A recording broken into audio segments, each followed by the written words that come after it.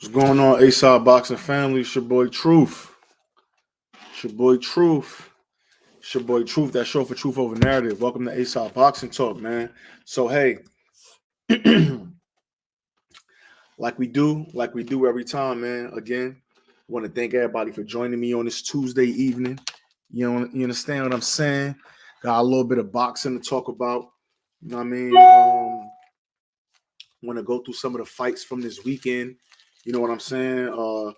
Talk a little boxing news, see what we got going on. You know what I'm saying? Let me fix my position here. Yeah, man. So again, like I said, welcome to A-Side Boxing Talk. It's your boy Truth, short for Truth Over Narrative. Let's talk about it. So, first fight I want to talk about, from this weekend. This is the weekend recap. So let's start with that. I want to talk about Denzel Bentley versus Janibek, man. So again, Janibek is the WBO middleweight champion. Again, just as a reminder, middleweight is the weakest division in boxing. Period. I think it is literally the weakest division in boxing. Let me see. Trill, I see the picture. MJ, nah, Trill, you gotta send that joint to me, man. I ain't see it. You gotta send that joint to me and let me check it out. So again, this weekend on the top rank card, I believe that was in Vegas. You had Janibek. He fought Denzel Bentley. Denzel Bentley is a Queensberry fighter. Fights for Frank Warren. I believe this was supposed to be like a what you say a showcase fight for Janibek. You know what I'm saying? He was supposed to have this fight in Vegas. It was supposed to be his first defense of the middleweight title, WBO middleweight title that was vacated by Demetrius Boo Boo Andre. You know what I'm saying? But I don't know, man. I don't even want to say I got mixed feelings about this. I talked about Janibek before, and he had a couple of defensive flaws that I really wasn't too keen on. Well, at least I know one of the flaws for me. I just don't like his non-use of his right hand. He's a southpaw fighter, but he just in love with that power hand, man. So again, even in the future, if fighters can make Janibek beat them with their right hand, he's gonna have a hell of a time. He has not shown the ability to make in-ring adjustments, point blank, period. A guy like Denzel Bentley, and it's no disrespect to Denzel Bentley, but I mean, I watched Denzel Bentley get wiped down by Felix Cash in like 3 rounds. I'm not saying Felix Cash is a bad fighter. I know he's had some personal issues, but again, I think that this was supposed to be I don't even want to say stay busy, but again, this was supposed to be a showcase fight for Janibek. Janibek was supposed to come out. He was supposed to show his skills. He was supposed to show Bob Arum in Top Rank why he is the middleweight champion, why he is who he is. He got this whole Kazakh style thing that he got going on. But again, man, I was not impressed with Janibek, man. Denzel Bentley came in there with a very square, very up and down boxing style and had much success, especially in those middle rounds against Janibek. I seen a lot of wasted movement in there from Janibek, just a lot of jumping around and a bunch of that kind of stuff, man. Again, I just was not impressed, man. I was not impressed. I was never really high on Janibek. Even in I think it was Hassan and Dom he fought. Took a long time to adjust and get him out of there. You understand what I'm saying? He looked good in a Danny Dingham fight or whatever, but again, who is Danny Dingham, right? That's a guy I think we seen Rolly beat up or something like that. You know what I mean? Whatever. I don't even know the guy, but either way, man. Yeah, man. I just wasn't too impressed with him. Denzel Bentley did make a good account of himself. Again, he had a lot of success in those middle rounds. We started to see Janibek gas out. I had the fight 7-5, possibly a draw. But again, that's just my scoring. I just wasn't impressed with what Janibek did. I don't know who he's possibly going to fight next at middleweight. Again, I think Janibek is one of those guys that's ripe for the pickings. I wouldn't be upset if Charlo wanted to unify with this guy, even though I'm sure that won't happen. I wouldn't be upset if Golovkin took that fight over on ESPN. I think Golovkin beats this guy. You understand what I'm saying? He just wasn't impressive at all. Again, I think that he's one of those guys that, I mean, yeah, he's a champion, but more because more because Andrade more because Andrade vacated than Janibek being too good. So let me see if I got Richardson Hitchens versus Yomar Alamo. Richardson Hitchens, man, he got the 8th round corner stoppage. After the 8th round, the corner came in. They no-mossed. He stopped them. And again, part of the reason why I do these reviews, or why I want to start doing these reviews on Tuesday instead of Monday, is because obviously during these fights on Saturday night, man, a lot of times we might be, me especially, I'm doing a bunch of stuff. Might be in the space talking. I might be looking at my phone. So between Sunday and Monday, it gives me time to go back and watch these fights and actually look for certain things, kind of break them down and tell you guys what I see. So initially in this Richardson Hitchens fight, I was not impressed. Initially, I'm just looking at, I'm just like, I was in my phone. I'm like, oh my God, this fight is boring. I actually turned from the fight and started to watch the Morataya fight that was on ESPN. But again, shout out to Richardson Hitchens, Zopound, he Haitian, I'm Haitian, shout out to my Haitian brother. You understand what I'm saying? But when I came back and rewatched the Richardson Hitchens fight, man, I think that was a very, very good performance from Richardson Hitchens. Richardson Hitchens, I'm gonna just call him Africa for now. They call him Africa. That was a very good performance from Africa. You know what I mean? He showed it all, man. Good footwork, great counter puncher. His jab is, man, very, very good jab at that level. Yeah, he did his thing in that fight, man. Now I really, again, he sounded the zone now. He was a Mayweather fighter, so granted, congrats to him. He's able to move on. Now we can see him further his career. I believe he's 25 years old. So at this time, it's time for him to get these big fights, man. It's time for him to work and actually make a name for himself in this very deep division at 140. There are a couple guys at 140 that's at the top. Your Josh Taylors, your Regis Prograis, your Jose Ramirez, Charles Zepeda. That's actually, fought a lot of guys. But other than that, middle 140 super lightweight is uncharted territory. And I think that right now is the perfect time for Richardson Hitchens to get in there, make his name. But again, I will say with Eddie Hearn and his American prospects, he does match them tough. You look at Ray Ford, had a tough fight, got the knockout. You look at Ammo Williams, another guy that's been matched very tough to this point. And I think Montana Love, I think that Africa, Richardson Hitchens, is ready for that next step up. I think that he could do it. Again, he boxed beautifully, great jab, good footwork, good counter punch. He's a great talent, man.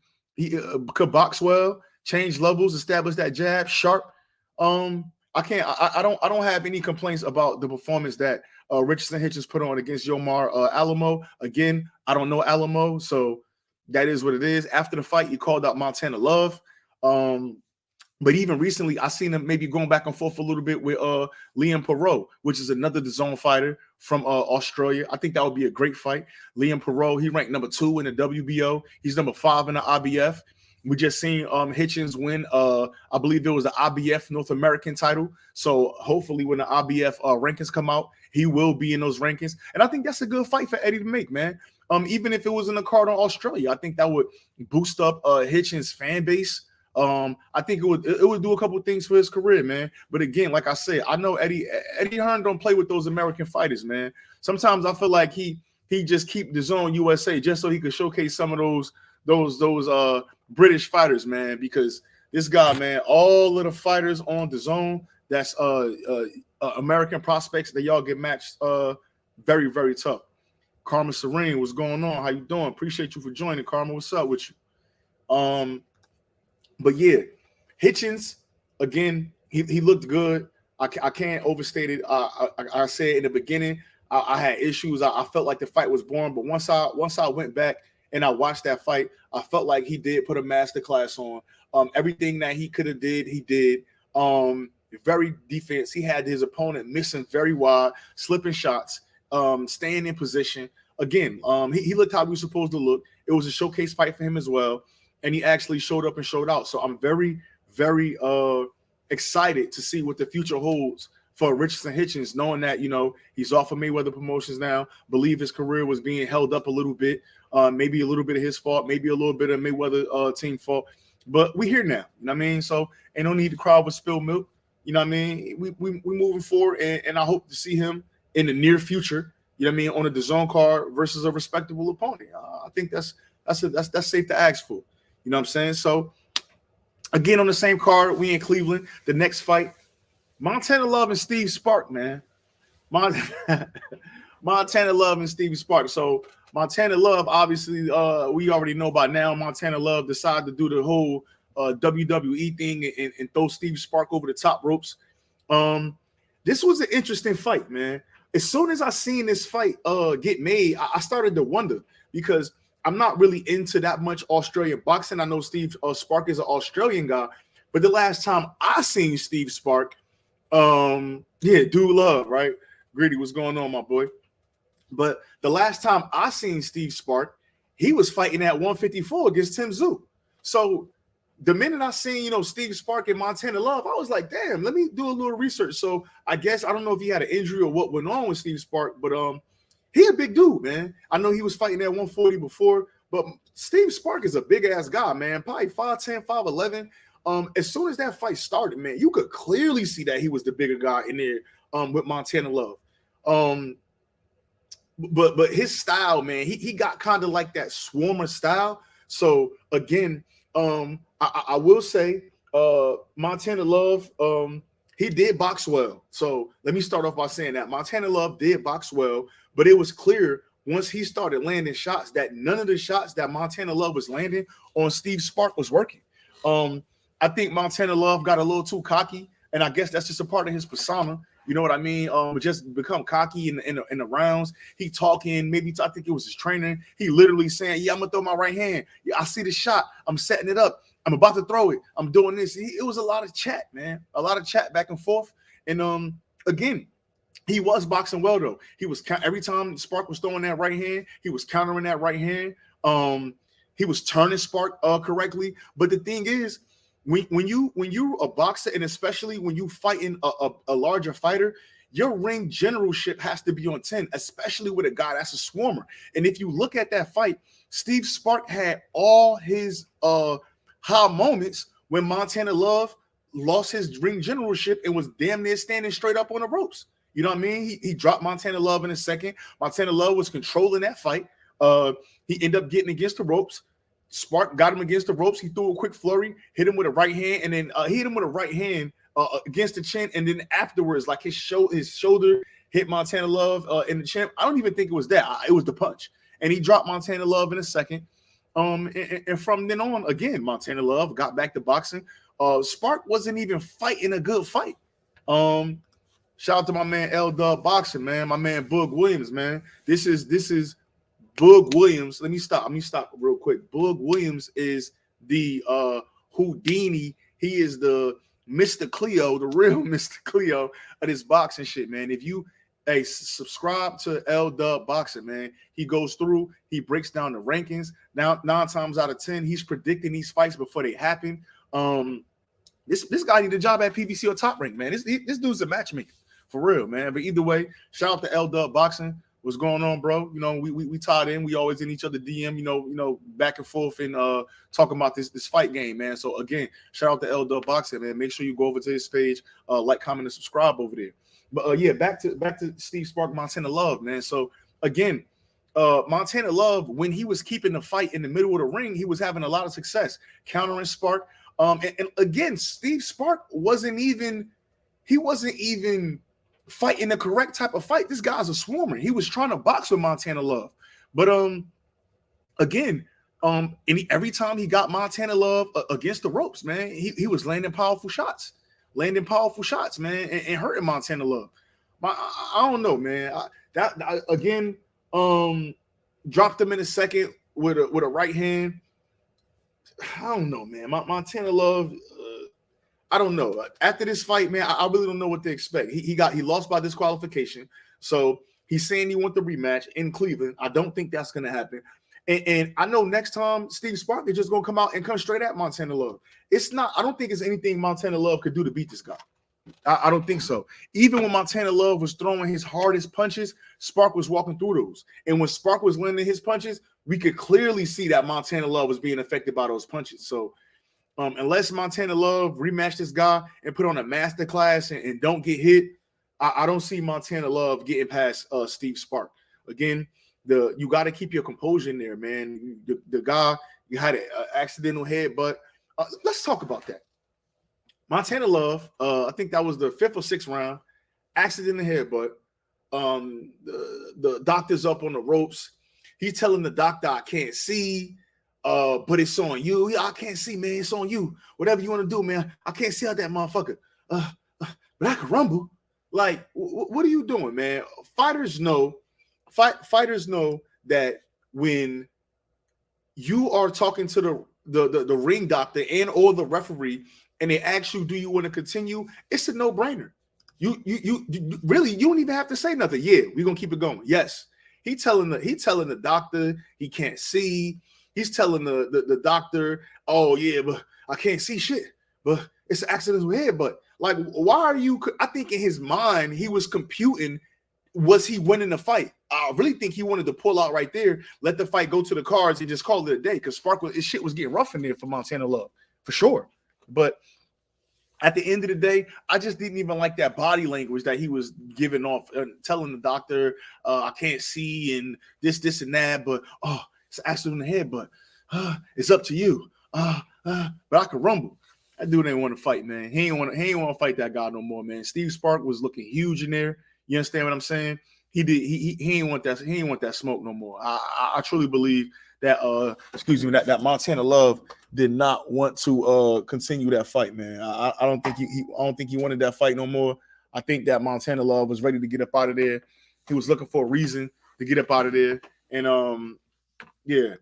And so that's a great question, Karma. I don't know why the doctor let that continue after he said that. I'm gonna tell you why. The doctor let that continue because that was a DAZN card. They was in his hometown, and guess what? Not many of them fights get made in that hometown. So when you got the state judge, I never seen that referee before, not familiar with him, but he seemed pretty friendly and lenient up until the disqualification.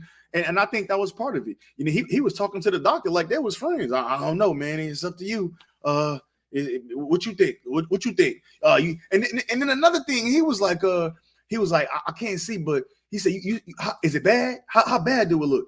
Man, you say if I get hit again, that motherfucker gonna open up, huh?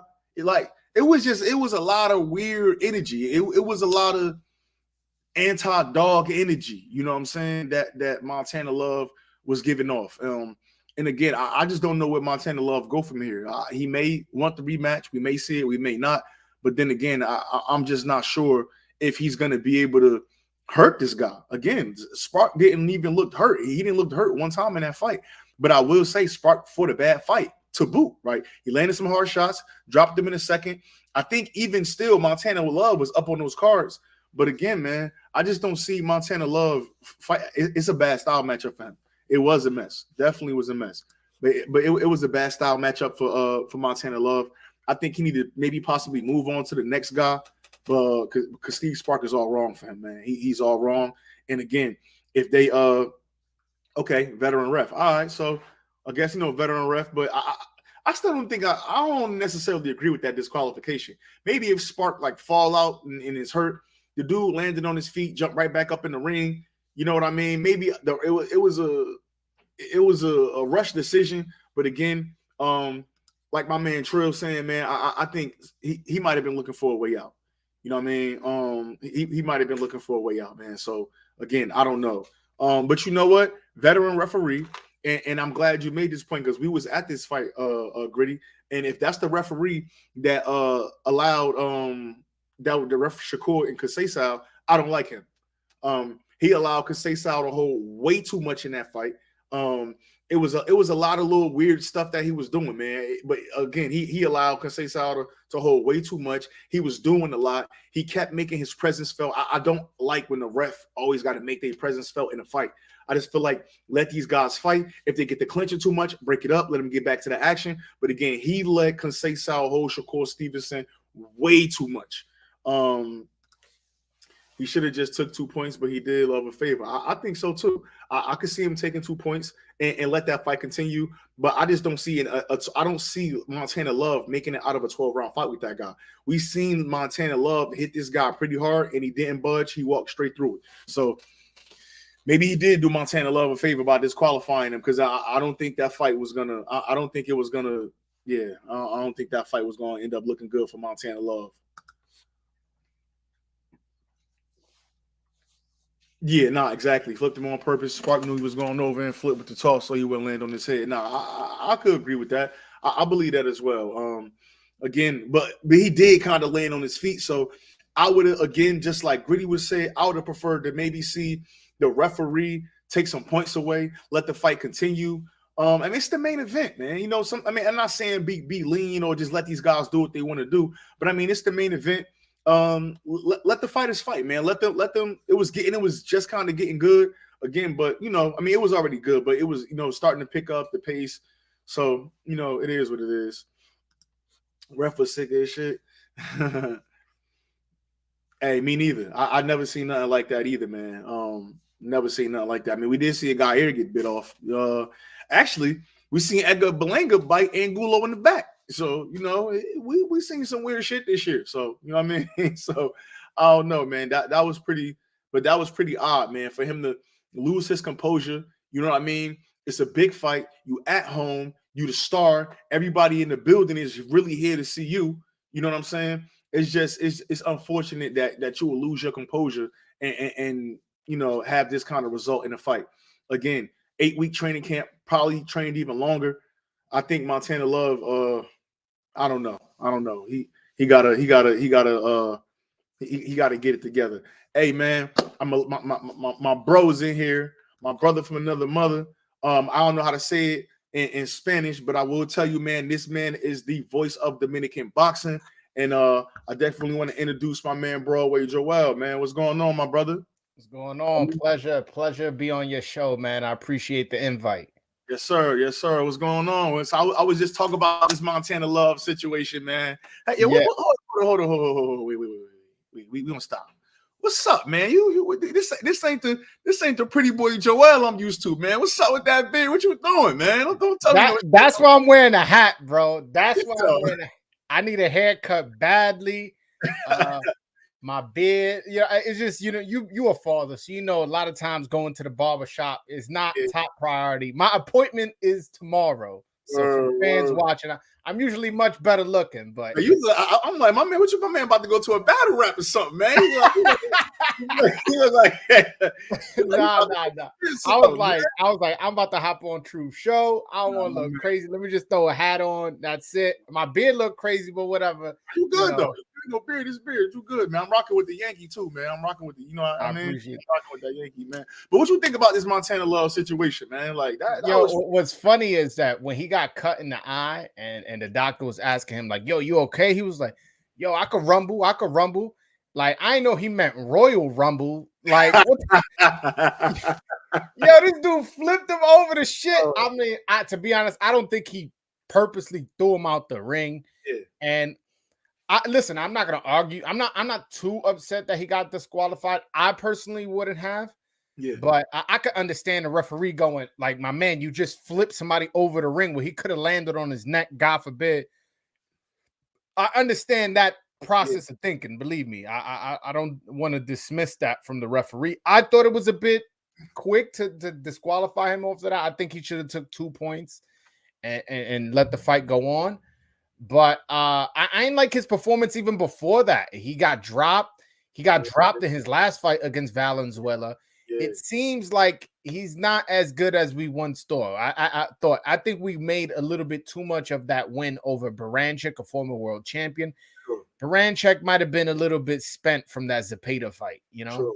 For sure. And to be fair too, remember after those fight, which was the 2020, I believe that was during the pandemic, that was literally the fight of the year. And if you remember, the next fight for Zepeda was against Hank Lundy, and he looked bad too. He arguably lost that fight in some people's eyes against Hank Lundy. So again, maybe that was just Montana Love catching Baranchyk at the right time and looking, I guess, better than we thought he was, and so we thought we was expecting something. But yeah, man, his whole body language, even when he was telling how it looked, oh man, you say if I get hit again, it's gonna bust open. Like he was looking for, he was, you know what I mean? And he even said, I literally just watched it again. And he's like, well, it's up to you, but I could rumble. Like, and then another thing he did, he was like, well, it's an accidental headbutt. But I'm in my mind, I'm like, why are you talking like that? I really think that he was trying to count the rounds in his head and see if maybe he was up. But I don't think he was knowing that he had got dropped in a second. I don't think he was confident enough that he was up on the cards, and so that's probably why he continued that fight. I think. But you know. I'm with you. I feel like he's a little too glitz and glamoury for me. Right before the fight started, I saw his ring entrance. I was like, yo, this guy could be a pay-per-view star if he's good. I added that disclaimer. If he's good, he could be a pay-per-view star. Sure. He got the look, he got the swag, he knows how to dress, he's creative on how he promotes himself. And you know, from what I've seen in that Baranchik fight, I liked what I saw.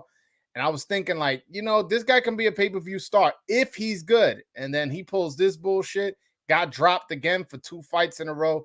Yeah. At this point, I think I'm comfortable in saying Montana Love is not as good as we once thought he was. Yeah. I don't think he is, man. So, but either way, it's like perfect timing, man. Because literally, I went through the Denzel Bentley Janibek fight. I went through the Richardson Hitchens Yomar Alamo fight. Just got finished talking about Montana Love, Spark, and I was just about to talk about Rivera Martin on December 17th, man. So yeah. I feel like you came in right on time, man. You know what I'm saying? Couldn't get any better. What? Tell me. It's your show. How do you? It's all good. So I'll talk about that. So obviously everybody knows that we got Michelle Rivera, another prospect contender against Frank Martin, another prospect trying to bud as a contender on December 17th, Minnesota. I think that's going to be a very good main event matchup. So again, in looking at this fight, I will say first, I do think that Frank Martin is going to win this fight. I don't think it's going to be easy. I do think it's going to be a 50-50 fight. But I just got a hunch that Frank Martin could get this job done, man. I like Michelle Rivera. He's very slick, got great footwork, beautiful jab. He's what you look for in a contender or in a future champion. But again, the same thing with Frank Martin. I think Frank Martin has great footwork. He can box off the back foot. He has a good defense. I don't think his last performance was his best performance against Jackson Marinez. But again, I've seen him do many things in the ring that will lead me to believe that he has what it takes to become a champion. What you think about that fight?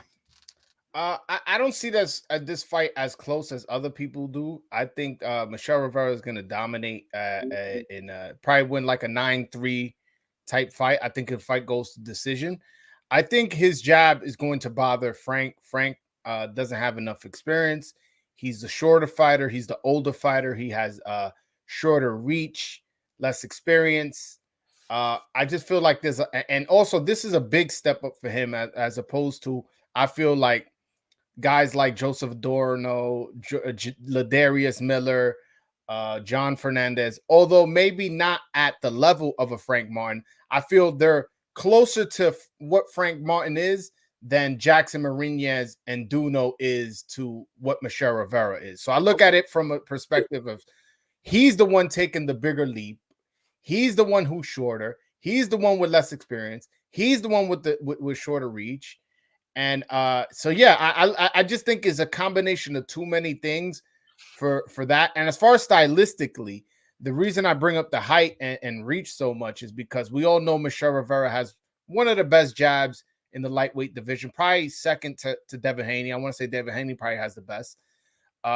So keeping that distance, and you know, Michelle Rivera, he fights on the front foot as well, and he knows how to control the distance with his jab. So if he's coming forward and pushing the southpaw back with his jab, I can see that frustrating Frank, and Frank maybe getting careless, and you know, maybe even getting dropped once or twice, who knows, and Michelle Rivera winning a decision. See, I think a lot of the interesting points for me when it comes to me feeling like Frank Martin is going to win is number one, I want to see who's going to, obviously this is an open stance fight, meaning that one of the guy is not you, but I'm just talking for the fans. Yeah. Guy's a southpaw, one guy's an orthodox. So those lead feet will be right next to each other. I'm very curious because obviously with Frank Martin being a southpaw fighter, he's normally probably in the ring with most orthodox guys. I don't know Michel Rivera's experience with southpaw fighters. I got to kind of check the tape again. I'm not sure off the top of my head who was the last southpaw that he fought. But I think out the bat, that's an advantage that I would give to Frank Martin. Again, Frank Martin does have the shorter reach. Michel Rivera does have a great job. But with Frank Martin, his goal, he's a combination puncher.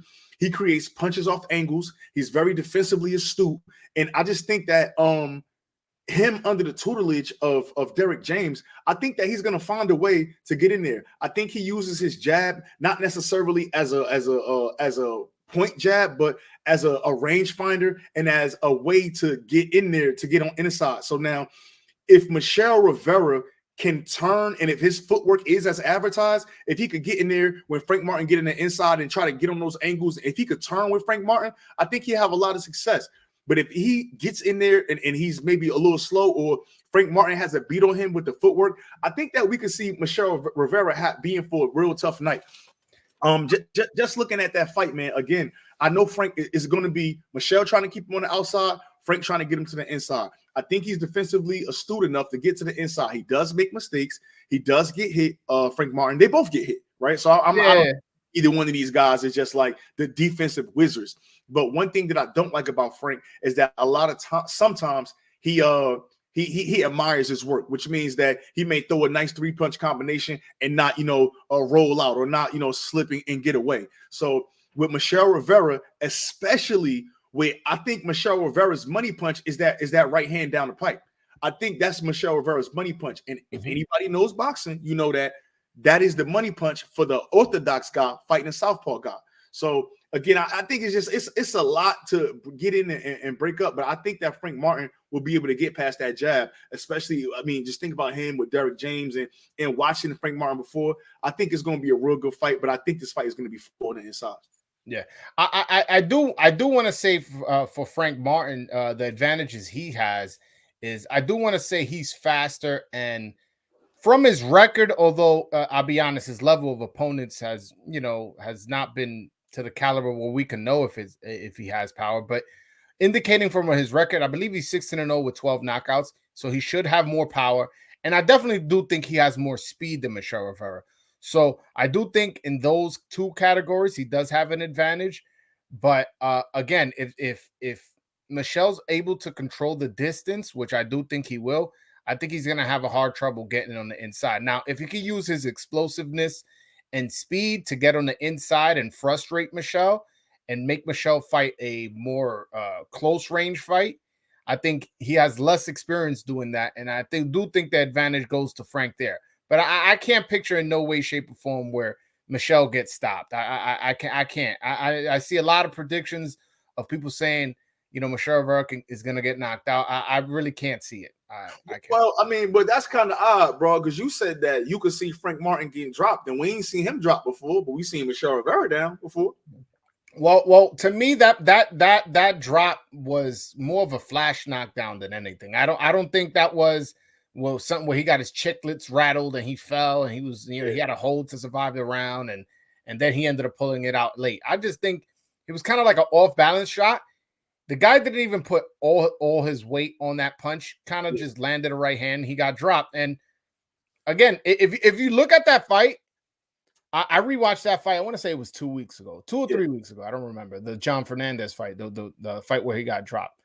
Bro, that's a flawless performance by Michel Rivera. With the exception of he for sure fought well. It was like he was just schooling this guy, John Fernandez, got dropped, settled in, and then got a highlight reel type knockout to end it. I was like, whoa.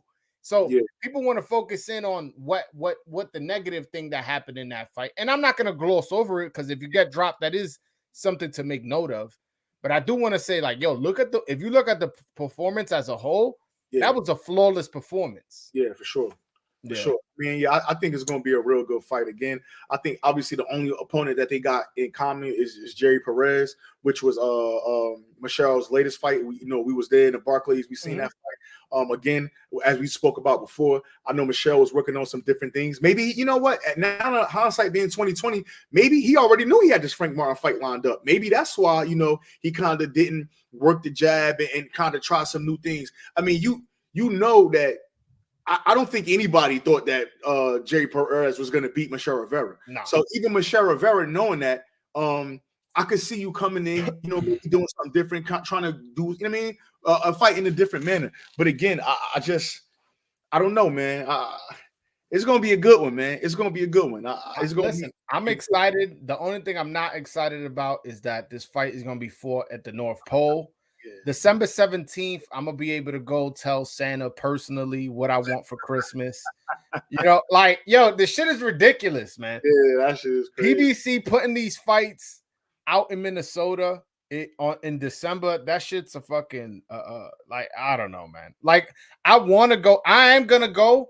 But thing is, I have to book everything close to the event because if I see there's a blizzard on the way, I'm not going to go out there and possibly get stuck in Minnesota. So, I am gonna try my best to go.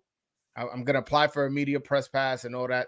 But again, if I see any type of snow or blizzard possibility, I'm not gonna go, man. Do it to yourself.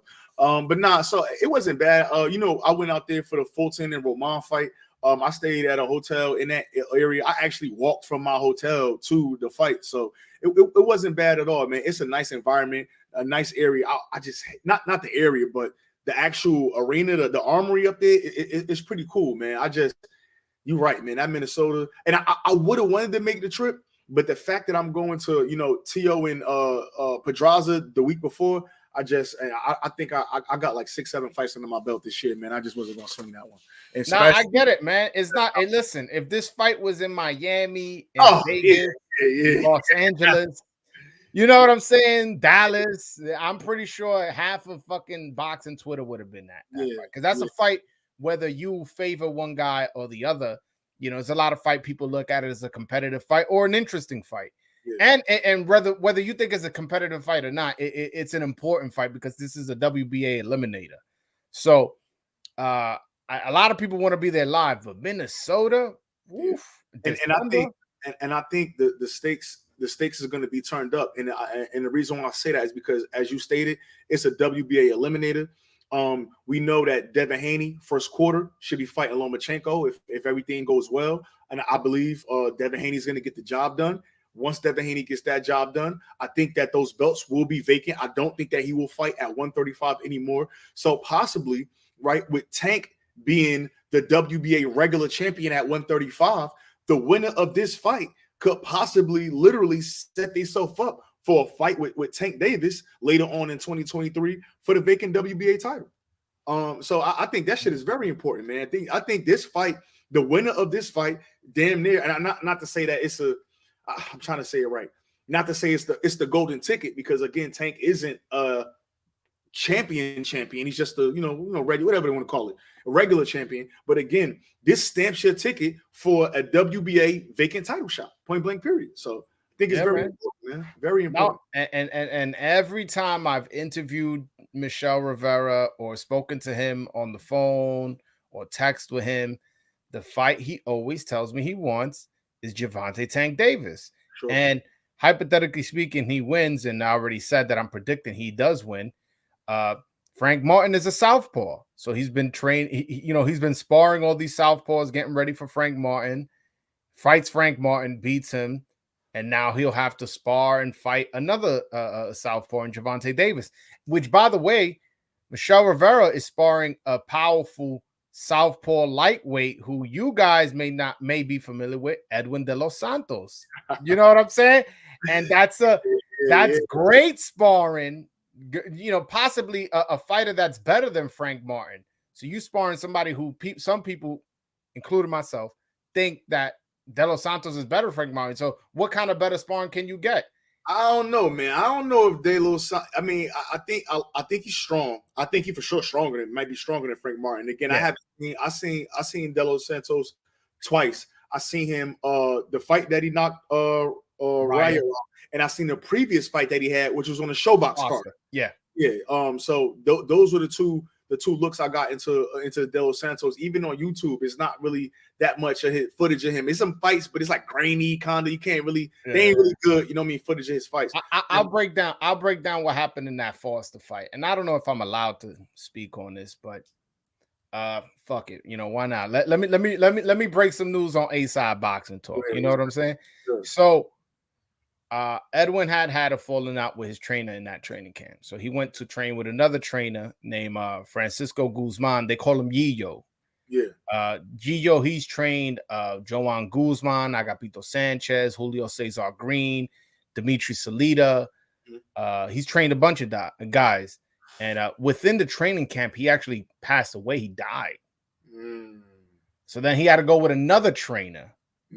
So you get what I'm saying? A lot of moving parts happening.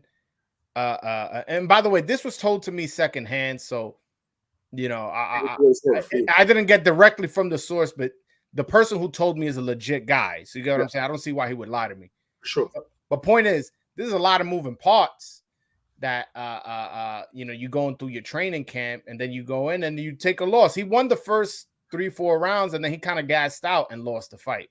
But then in his next fight, knocks out a undefeated prospect, then fights Rayo and knocks out another undefeated prospect. It's that was good work, man. But again, I don't know if his footwork is on the level of a Frank Martin, man, and I don't know if defensively if he's on the level of a Frank Martin either. I would have to see more from him. And granted, even if it was against lower competition, me personally, I would have to see more from De Los Santos to say that he's better than Frank Martin. I think he's for sure stronger. That dude can punch. He punched like a fucking horse, bro. You know what I mean? Hey, for sure. He's 15-1 with 14 knockouts. So his record speak for itself. Yeah, he's for sure stronger, but better, I don't know, because you know, boxing is you got ring generalship, and again, Rayo was again hindsight being 2020, because I am one of those guys that say Rayo was going to get him out in the first 3 rounds. So I was completely wrong about that, but Rayo's style was tailor-made for De Los Santos. This guy wasn't jabbing. This guy was going in there trying to brawl. He winging punches wide. De Los Santos down the middle, hurt him, and he was dropped too. And I think that might have been a flash knockdown. Maybe some people say it was a slip when he dropped. He got caught like on the top of the head. So when he got caught in the top of the head, those shots take your equilibrium off. I think it was a legit shot. I think he legit got dropped. But again, you talking about a guy that's not in there trying to establish no jab. He's trying to look good. He's trying to get you out. He's trying to De Los Santos could box though. I know a lot of people falling in love with his power and look at his record and go, "Whoa, this guy can punch," and he can punch. He can box as well. He had over 400 amateur fights. Now, speaking of the amateur fights, I think that's maybe, for me, that is what brings Rivera closer to Martin. Rivera, he had a very short amateur career, but definitely his pro career had way more experience. His pro career. I don't even know what you mean by that. What do you mean by that, Karma? I talk about Frank Martin. You know Karma from the great state of Texas. You know okay. But again, his amateur career was he had a very good amateur career, even though he started boxing at 18, had a very good amateur career. He even got a win over Virgil Ortiz in an amateur. So I think that he was, I don't want to say decorated, but he had a very good amateur career versus Michel's short amateur career. Michel has had a longer professional career for somewhat better opposition. Well, not somewhat. He's fought better. I was just gonna say not somewhat. He's fought better competition. He's fought better competition. But I think both of those combined makes it a 50-50 fight for me. Again, I think Frank Martin will win. But if Michel Rivera comes out with the W, I'm not going to be shocked, and I don't think it's going to be nothing for me to write home about. I will be surprised if Michel Rivera dominates him. You know what I mean? In a win, I'll be surprised if either guy dominates the other guy. I think this is a true, again, in boxing, we don't get these a lot. But I think for sure 50-50 fight. But one thing that as a Michel Rivera supporter and fan, one thing that does worry about me is Frank Martin's corner, man. He got Derrick James. You can't take away what that man has done with Jamel and Earl Spence. You know what I'm saying? You can't take away from that. He's the guy pushing the buttons, making sure these guys are trained right. He's the guy giving the game plan and doing all of that and studying tape. And if those are the two horses he helped develop, it worries me because Derek James is definitely a capable trainer. If he hasn't won Trainer of the Year before, he's definitely been nominated before. I think he's a very, very talented trainer.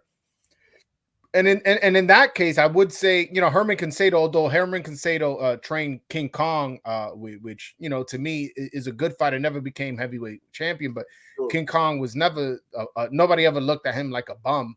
So, No. you know what I'm saying? I do think that, the advantage in terms of game plan trainer is definitely Derek James. Nah, for sure, man. So again, we're gonna talk about this fight again. We're gonna come in and break this down. My last little topic for the day, right before I got on here a couple hours before, got some news that TGB won the which is Tom Brown Promotions, right? They won the purse bid for Subriel Matias and Jeremiah Ponce with 510,000. 510,000. It's gonna be a 50-50 split. They have to submit the contracts to the IBF by November 30th, and this fight has to happen within 90 days from today. If I'm not mistaken, that's about February 13th. So this fight has to happen on or before February, I think 13th or something like that. But either way, this fight got to happen in 3 months. I truly think that if this fight would have been this year, I think this is fight of the year. Next year, I think the same thing. Again, you know who these guys are. I know a lot of the boxing casuals don't know who these guys are, but these is two heavy hitters, two phone booth fighters, two guys that's going to come in there and give it a all at 140. And I'm very excited to see which card this fight lands on. But you said TGB won the purse bid, but I thought PBC was going out of business. No, I just wanted to do that one for the trolls, man. The trolls be on some bullshit. I never understood like being like with all of the fighters and all the boxing that's going on. Why would you not want a platform that showcases fighters, bro?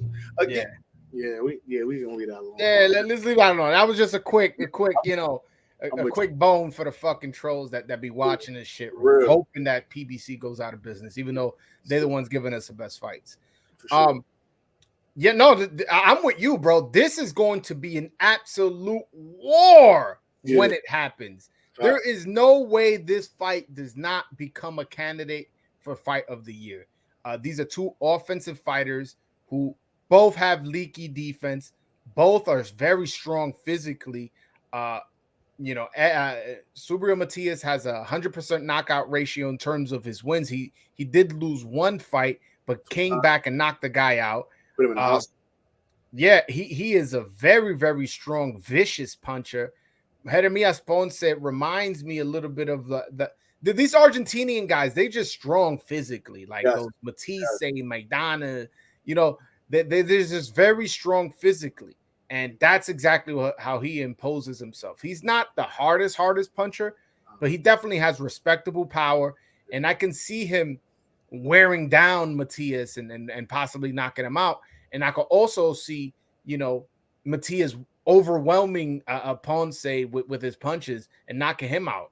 Either way, whichever way, whoever wins, it's going to be a bloody war. Sure. Where the guy wins by stoppage. This is not going 12. I can guarantee you that. Yeah. No, I think so too, man. One thing about Ponce, I like the fact that, and again, he is a strong guy, but it's odd because his frame don't say that. He's still got like a skinny frame. You know what I mean? I think especially with a guy like Subriel, I think Subriel fills out a little bit more, especially on fight night.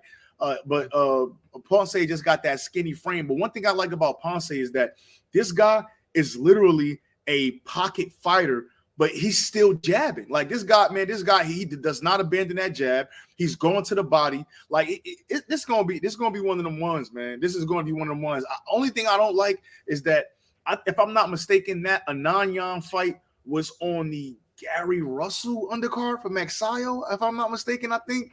but I know that was either in January or February where Ponce last fought, and it's just a year off, man. These layoffs, these long layoffs in between.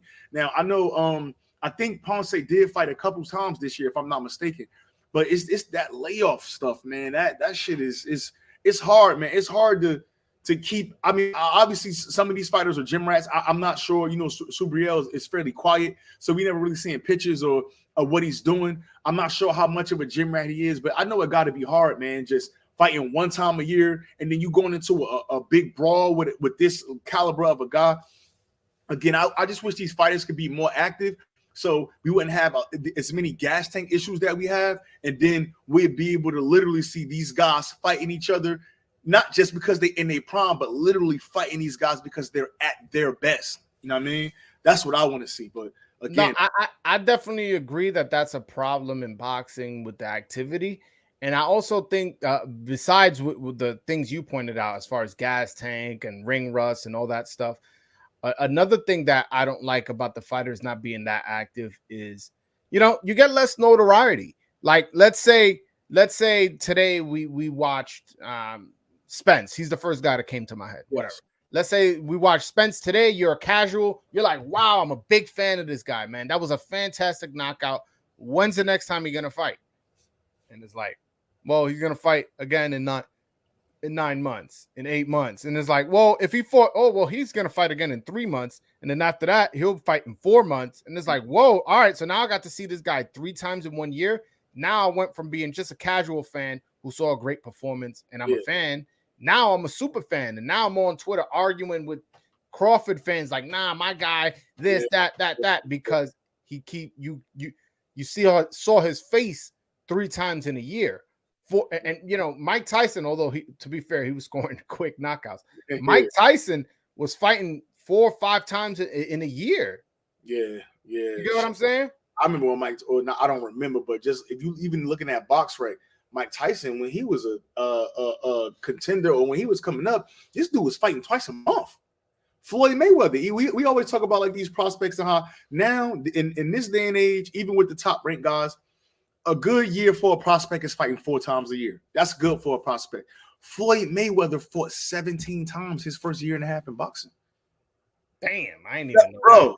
He fought 7. Remember, he fought. I forgot it was Gennaro. What's the dude he fought for the first championship? Gennaro Hernandez. Yeah, Gennaro Hernandez. Bro, he was in boxing for a year and a half. That fight, 17 fights in, bro. It's insane, man. It's just different. And you would think with all the platforms we got and YouTube fights and ESPN Plus fights and DAZN, how they show the whole card, you would think these guys will be more active, but they're not. Yeah. And another thing is a lot of like headline fighters are, I guess, too conscious of their negotiating ability that they'll never be on the undercard. Like, for example, if you look at Julio Cesar Chavez's career and you want to talk about active, that guy was super active. Bro, but you got to think he would fight a world champion and then come back and fight a dude that was like 5-0, 4-0. Like he stayed busy. No, and not only that, even if he fought somebody who was like a low-level contender after beating a champion, he'll fight somebody on a Mike Tyson undercard, and then 2 months later have his own card. Yeah. You know, so you imagine if let's say, you know, let's use Spence again. He headlined a fight, beat Ugas, and then he decided on the next big card, Tank versus Ryan. He's on the undercard on the co-main, fighting maybe a lower level competition, but hey, he's on the card. He's getting his face out on a big platform. Yeah. You get what I'm saying? Like, and I think for negotiating purposes, they don't do that because they like, listen, then they're gonna say, oh, you are undercard fighter, blah blah blah, and so on and so forth. But I think it's some bullshit. It's a lot of optics. It's a lot of optics. How does this look? What they feel? It's a lot of that going on, man. Yeah, that shit is trash. But I do think that's a good fight, man. That Subriel Matias Ponce fight. We got some cryptic news today. We seen Tank post that he might be fighting in DC. If that was to happen, DC in January on a Tank undercard, I wouldn't be mad. You know, I'm right down the road. I live 45 minutes from DC. I would be. I ain't all I got to buy is a ticket, bro. I'm good. So. I'm gonna have to take the train down there if they doing that. As long as the tickets are reasonably priced, I might have to take the train down there and check that out, man. Because if you telling me that these dudes are gonna fight, you know, on the undercard of a tank fight, and to me, I want to see that fight live. That Subriel Matias, Jeremias Ponce, I want to see that fight live. Yeah. Another thing about that fight, so this fight has been delayed multiple times due to Jeremias Ponce immigration visa issues. Yeah. Now, I don't want to dismiss that entirely because you come from an immigrant family. You know that these visa things are not exactly something like, oh yeah, just come next week and we'll fix that. This thing could take from anywhere from a month to 2 years. Who knows? When it comes to visas, you never know. But the only thing is, and you know, I don't want to go too much. I mean, I'm sure I know it's public information, but it's the reason why he's having the visa issue. If that's resolved, then it may be easy for him. You know what I mean? Again, nobody never want to get caught up in the court system. I don't condone any type of domestic violence or, you know, things of that sort. But again, if his personal situation with that is cleared up, it may be easy, because I'm pretty sure that was the reason that he couldn't get a visa, because he had whatever a pending situation.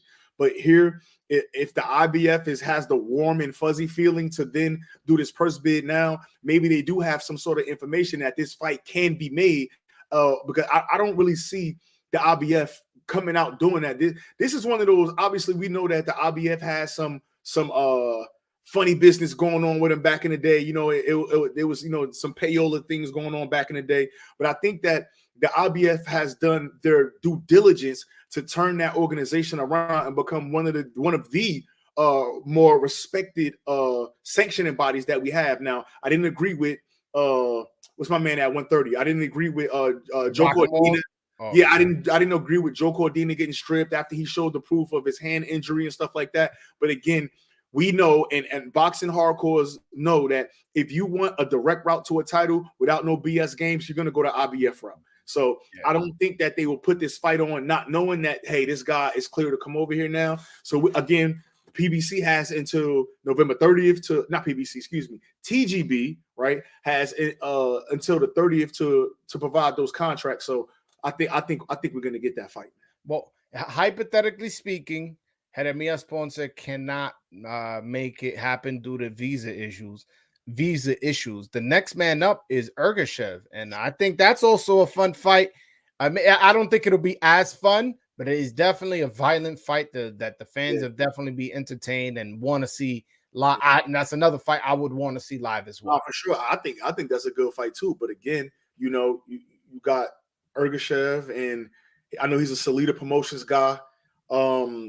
I be wanting to see these guys fight competition, man. I think maybe that's my part. I just feel like it's too often, and I was talking about this earlier, even when we talking about Venado Lopez, too often are guys becoming mandatory. Even this weekend, we got another one this weekend in Anthony Yarde. Too much are these guys working their way into mandatory positions, and then it's like, let me just fight low-level competition. Of course, I know you want to stay sharp, you want to get rid of the ring rust, but why fight a guy that you could just spar? Right? At least put yourself through some type of adversity so that you know, hey, you won't necessarily say I'm coming off a tough fight into a better beef fight, but you coming off some type of resistance and you feel confident. They're not trying to mess up the bag, Truth. Yeah, man, but they're not trying to mess up the bag. But messing up the bag is going into these easy fights and then you going in the ring with a killer. I mean, you could look at it multiple ways. That's just me though. That's kind of. Nah, I definitely understand what you're saying. Like, if you fight somebody who's a better opponent, it'll keep you sharp. You'll gain valuable experience. But they're looking at it like, if I fight somebody who's capable, I may even win the fight, but they may break my orbital bone. They may break my jaw. They may drop me 2 times and I win, but I ain't look bad. So now, like, who knows? And again, you got to also take into consideration the risk of a loss. Sure. There's a lot of times managers that tell me they'll turn down a winnable fight just because they go, listen, if we lose to this guy, like our career's over. At least we'll fight an easier fight for less money, but we know we can beat this guy. Yeah, no, I'm with you, man. I understand it. It's a business, and it's frustrating. It's frustrating. I understand it, but you ain't always happy, but we know what it is, man. But for sure. man. Hey, man, but I appreciate having you on Broadway. That's been my hour, man. It's A-Side Boxing Talk weekend wrap up. I'm gonna try to do these every Tuesday. I sound like doing these on Tuesday and not Monday. One, because of Monday Night Football, and then two, a lot of times during those fights Saturday night, we talking, we might be in a space, we might be in our phone, we're not watching everything, we flipping back and forth. And so I give myself, Sunday, Monday, I like to rewatch the fights. That way, when I come in here Tuesday, I could cleanly break these fights down without no bias. I've been watched it twice. If I missed something, I caught it, and then we could come in here and really chop it up, man. This weekend is trash. Got Jaime Munguia versus Arba. Yeah, no, I think he going against my 5-year-old this weekend. So it's funny. But before you close out, I was on a space with Eric Morales, and everybody was asking Eric Morales about, what about your fight with this one and the first fight with Barrera and this and that and blah blah blah. And then it got to my turn, and I'm like, yo, what's up with your man Jaime Munguia not fighting nobody, man? By the way, Jaime Munguia is the biggest duck in boxing. I forgot to bring out the duck. He's the biggest duck in boxing. So I asked him about that. I was like, yo, what's up with your fighter not fighting no type of competition? And he started laughing. He's like, bro, I understand. He's like, who would you want to see him fight? I was like, I want to see him fight Carlos Adames. Yeah. And he was like, oh, Carlos Adames is not a draw. And he was like, I was like, what about Andrade? He was his mandatory for a while. Oh, he's not a draw either. Then I was like, all right, what about Charlo? He was like, oh, the Charlo fight, they negotiated, but it didn't happen. I was like, all right, what about Janibek? You was his mandatory. Yeah. Oh, he's not a draw. And I was like, all right, what about the guy you could fight in this was last week. What about the guy you fighting next week? Is he a draw? Yeah. And he just started laughing. He's like, no, you got to understand this is a business and this and that. And I'm like, yo, bro, we want to see real fights. Man. The WBC had put out a statement that they wanted Munguia and Adames to fight to become the mandatory for Charlo. And he turned it down. That's why Adames had a fight for the Montiel for the interim. Yep. He told me that wasn't true. I put a video of Mauricio Suleiman saying it in Spanish on the Jumbotron. I was like, what are you talking about? So he was like, oh, like, he's making excuses to defend his fighter. Like you said, that's the business side. That's ugly. What ththose guys are doing, they're waiting for Golovkin. I know. He want to beat up on GGG. That's all it is, bro. He think GGG's on his way out. He's slim pickings. He know that Golovkin probably can't keep up with his work rate, but he's gonna be surprised because Jaime Munguia don't make in-ring adjustments well. So GGG getting there and get the jab in his head off is going to be different than what he thought it was. So no, and Munguia is easy to get hit. I wouldn't be surprised he's dominating the fight, overwhelming Triple G, and Triple G just lands one of those crazy overhand rights and breaks his jaw and knocks him out. I wouldn't be surprised at all. So we'll see, man. But again, man, appreciate you for joining. That's my man Broadway Joel. Hey, shout out your sites, man. Yeah, man. Everybody go hit the subscribe button on my channel. I'm the voice of Dominican boxing, Broadway Joel. I'm usually a lot more well-groomed. I got my hair slicked and all that. But today I had a bad hair day. I had to wear a hat. Go follow me, Broadway Joel on Instagram, @_Broadway Joel on Twitter. And again, subscribe to my channel, Broadway Joel on YouTube. Also, I'm going live tomorrow at 7 p.m. Eastern. 4 p.m. Pacific. We'll be talking about a bunch of things. I usually talk mostly about Dominican boxing, but I'll talk about everything and also give people an option to call in. I'll put the link up. Anybody wants to call in, ask a question, or even if you want to hang around and have a conversation with me, that's cool too. Question, man, before we close out. What are you going to do with the next the fight rescore? When we doing the next one of those, man? Yeah, I don't know. The thing is that I'm debating if I should start going live like Wednesday, like around noon.